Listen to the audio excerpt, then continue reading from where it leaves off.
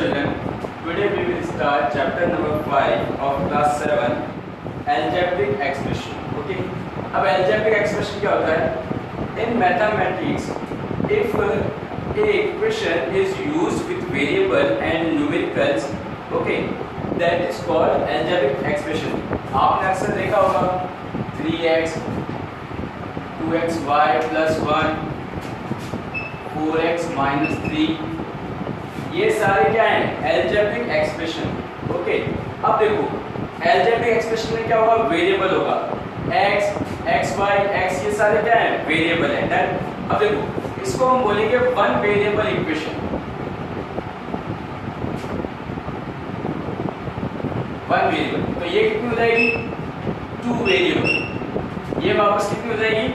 One variable equation हो जाएगी. Done. ये तो इजी था. एल्जेब्रिक एक्सप्रेशन क्या होता है? A variable is a letter. Variable क्या है? वेरिएबल एक अल्फाबेटिकल लेटर है, ठीक है, और उसको यूज करके मैथमेटिक्स की कोई इक्वेशन या कोई टर्म बनाई गई, ठीक है. अब हम इसको क्या बोलेंगे? 3x को एक टर्म बोलेंगे, 2xy plus 1. अब इसमें ये एक एल्जेब्रिक एक्सप्रेशन है, टू वेरिएबल की एल्जेब्रिक एक्सप्रेशन है, और इसके अंदर टर्म्स कितनी है? टू टर्म्स है, एक 2xy और एक 1, ठीक है. अब देखो एक example, 2x² plus 3xy minus 2z. Okay, अब इधर देखो इसके अंदर टर्म कितनी है? 3 टर्म्स है. कितनी टर्म्स है? 3 टर्म्स है. ओके, अब अगर आपसे कोई पूछे एल्जेब्रिक एक्सप्रेशन की टर्म्स लिखो, right the terms of given algebraic expression, तो आप ऐसे लिख सकते हो. सिंपल है. डन. अब आपसे पूछने जाए कि इसकी टर्म्स का फैक्टर करो, तो इसका फैक्टर कैसे होगा? देखो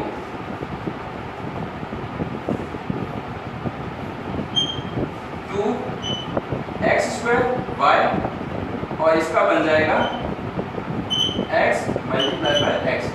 x की पावर 2 है इसलिए 2 टाइम्स लिखा. इसका क्या बनेगा? 3xy. इसका क्या बनेगा? -2 एंड z. ओके, अगर आपसे पूछ लिया जाए कि इस एल्जेब्रिक एक्सप्रेशन की टर्म्स बताओ कि कौन कौन सी टर्म है, one term, second term and third term, minus का सिंबल होगा तो उसको साथ में लेना है. आप चाहो तो प्लस का भी ले सकते हो, कोई इशू नहीं. डन. तो ये हो गया, ये हो गई इसकी टर्म्स. ये है एल्जेब्रिक एक्सप्रेशन.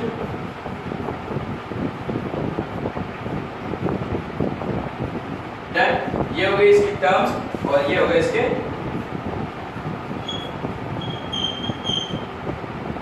फैक्टर्स. ठीक है, आया समझ में?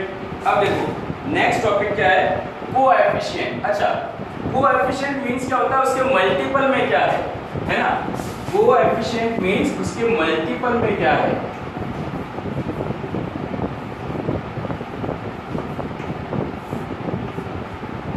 कोएफिशिएंट मींस उसके मल्टीपल में क्या है. ओके, अब क्वेश्चन को ध्यान से पढ़ना और उसको देखना.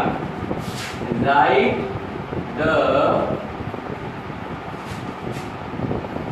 Coefficient of xy in 2xyz. Write the coefficient of xy in 2xyz. Means इस टर्म में xy का कोएफिशिएंट क्या है? कोएफिशिएंट मीन्स उसके मल्टीपल में क्या क्या है. तो उसके मल्टीपल में जो है वो लिख दो. तो मल्टीपल में क्या है? एक तो 2 और z, 2z. Okay, done. आया समझ में? ठीक है. अब आया like and unlike terms. Algebraic expression क्या होता है? टर्म्स क्या होती है? फैक्टर क्या होता है? कोएफिशिएंट क्या होता है? अब आया like and unlike terms.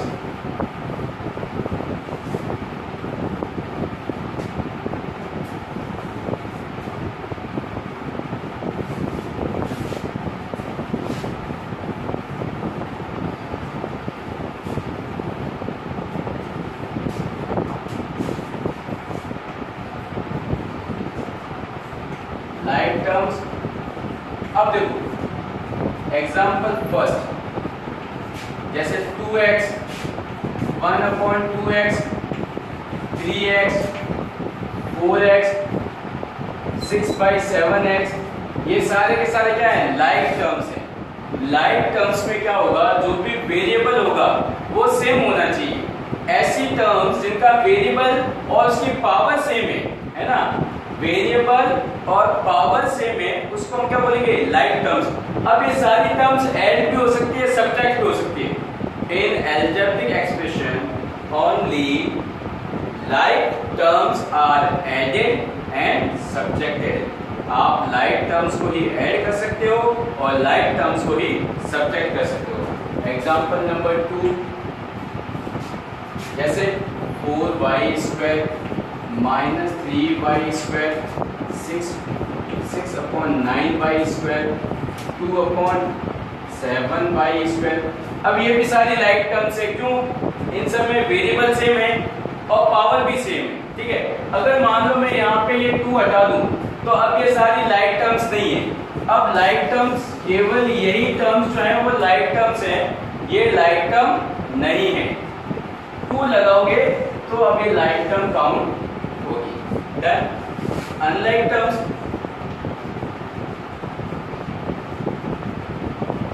Unlike terms में कुछ भी सेम नहीं होगा। जैसे 2x, 2x², 1/2x³, 1/2xy, 3yz। अब ये सारी की सारी कैसी टर्म है, अनलाइक टर्म्स है। देखो इन तीनों में वेरिएबल तो सेम है बट वेरिएबल की पावर सेम नहीं है, तो ये लाइक टर्म्स नहीं है, ठीक है, और वो तो है ही अलग। डन, आया समझ में। अब types of algebraic expression, types of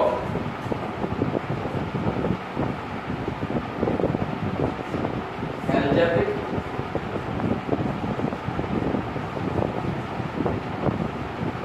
expression.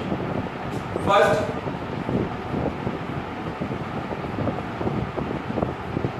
Monomial.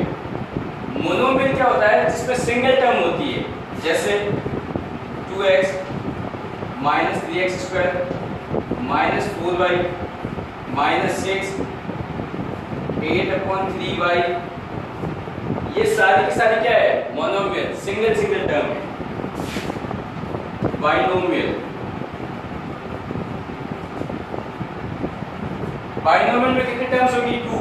जैसे 2x + 3, 4y - 7, 6x - 4y, 2y + z, ये सारी की सारी ऐसी है, बाइनोमियल है, ठीक है। जैसे trinomial,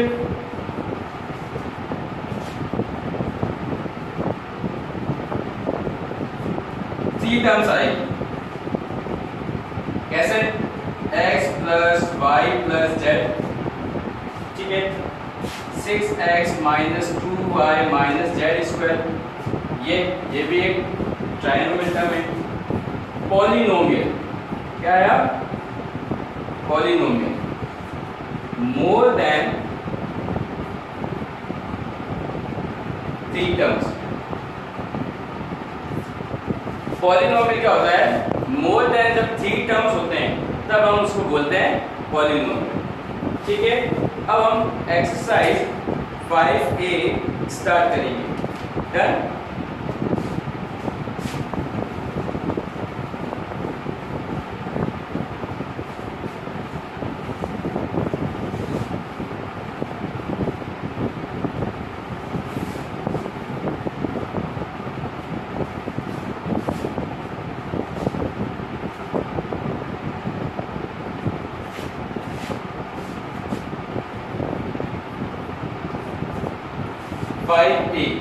Which of the following algebraic expressions are polynomial? अब इसमें क्या दिए गए, कौन कौन सी पॉलिनोमियल है। तो देखो ए वाली के अंदर 2 टर्म है तो क्या हो गया, बाइनोमियल, ठीक है, क्या हो गया, बाइनोमियल। बी वाले में 3 टर्म्स है, trinomial.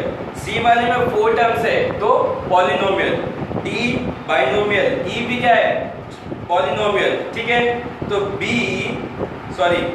C and E are polynomials and remaining जो क्या है मोनोमियल है या बाइनोमियल है या ट्राइनोमियल है, ठीक है। क्वेश्चन फर्स्ट इजी है, आपसे हो जाना चाहिए। अब स्टेट द न्यूमेरिकल कोएफिशिएंट। अब देखो क्वेश्चन नंबर 2 क्या है, एक वर्ड गिवन है न्यूमेरिकल। अच्छा न्यूमेरिकल क्या होता है, काउंटिंग। न्यूमेरिकल क्या होगा, counting.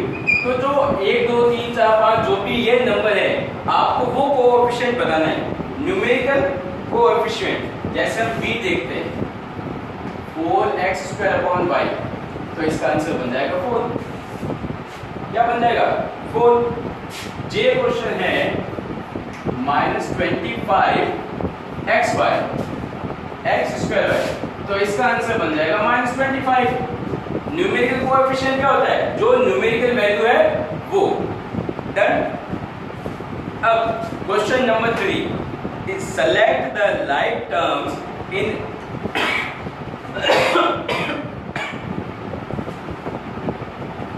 select the like terms in each polynomial if any।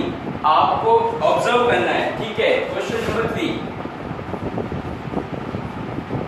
select like terms, select like terms। जैसे मैं ए पार्ट बता रहा हूं 7x + 3x - 3x + 8। अब इसमें लाइक टर्म कौन कौन सी होगी, आप लिखना ऐसे लाइक टर्म्स और लिख देना 7x - 3x, ये हो गई आपकी लाइक टर्म्स, ठीक है। तो क्वेश्चन नंबर 3 के पार्ट पे आपके होमवर्क रहेंगे। अब है state the degree of each polynomial. अब देखो डिग्री ऑफ पॉलिनोमियल क्या होती है,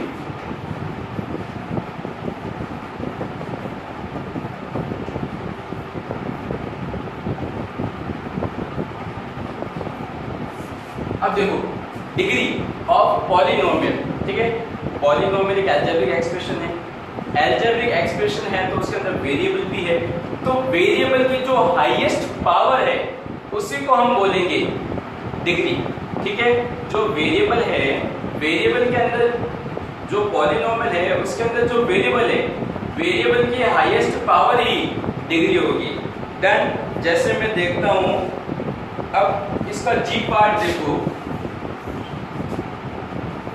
8r + s -3r + s + 5r - s।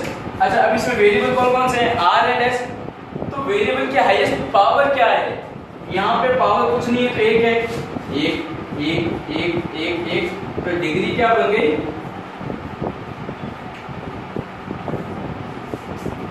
1 बन गई, ठीक है। तो क्वेश्चन नंबर 4 पे हो जाना चाहिए। डन। अब क्वेश्चन नंबर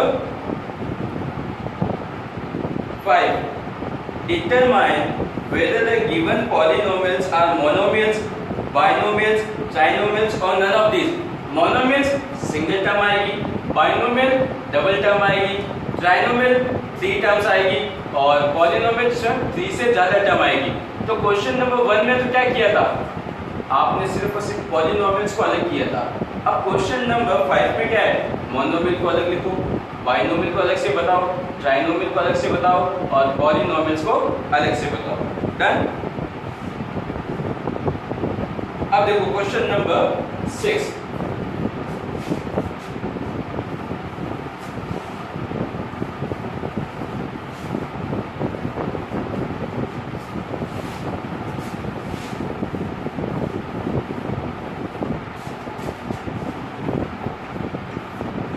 क्वेश्चन नंबर 6 क्या है, arrange the given polynomials in order of decreasing degree.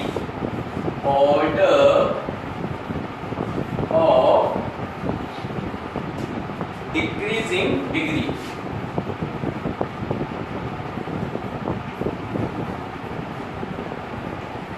ठीक है। Arrange the polynomial order of decreasing degree. अब देखो इसका हम सी पार्ट लेते हैं, X square Y minus 3y cube plus 4x cube minus 2xy square. Arrange the given coordinates order of decreasing degree. अब देखो,